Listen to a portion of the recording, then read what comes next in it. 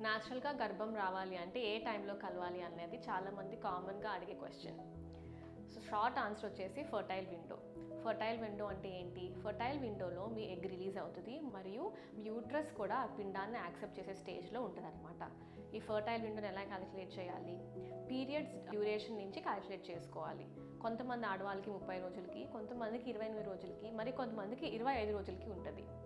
So దీనికి చేసుకోవాల్సిన calculation ఏంటి అంటే, సపోజ్ మీకు పీరియడ్స్ 28 డేస్కి వస్తుంది అంటే 28 - 14 డేస్ చేసుకోవాలి. సో ఆ రోజు మీకు ఖచ్చితంగా ఓవ్యులేషన్ అన్నది అవుతుంది. ఈ ఫర్టైల్ విండోని ఒక 3 డేస్ ఈ రోజుకి ముందు, ఒక 3 డేస్ ఈ రోజుకి తర్వాత మనం క్యాలిక్యులేట్ చేస్తాం. సో మీకు సైకిల్ 30 డేస్కి వస్తుంది అంటే 30 - 14 అంటే 16th డే మీకు ఓవ్యులేషన్ అవుతుంది.